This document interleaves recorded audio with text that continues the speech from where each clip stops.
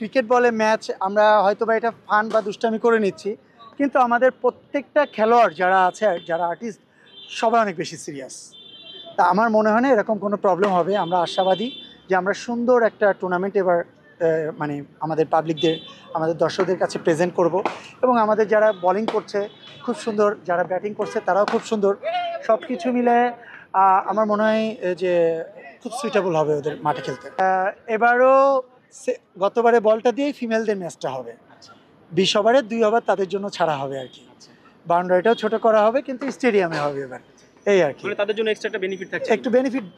মেয়েদের জন্য তো সারা পৃথিবীতে বেনিফিট, মাঠে যদি বেনিফিট না করা হয় তাহলে কেমন হবে। বাট আমার মনে হয় অনেক বেশি এনজয় করবে দর্শক এবার, অনেক বেশি।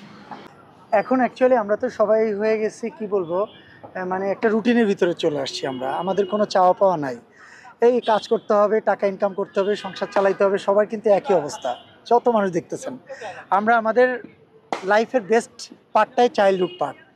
10-এর উপরে 10-এর নিচে যারা আমরা থাকি, আমাদের কোনো কিছুই নাই, কোনো চাওয়া নাই পাওয়া নাই। এই ঘুরতেছি ফিরতেছি খাইতেছি, সব কিছু দায়ভার বাবা মার।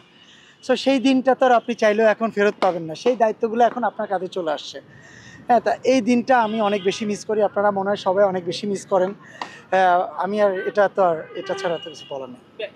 আমার তো সবসময় বুঝতে শেখার পর থেকেই আমার স্পোর্টসের প্রতি একটু বেশি আর কি। আর আমার আব্বুও চাইতো যে সবসময় স্পোর্টসের ভিতরে থাকুক, কারণ স্পোর্টসে যখন বাবা মারা মানে বাচ্চারা যখন থাকে তখন ওরা অন্য কোনো ধ্যান, অন্য কোনো জ্ঞানে তাদের মাথায় তখন কাজ করে না।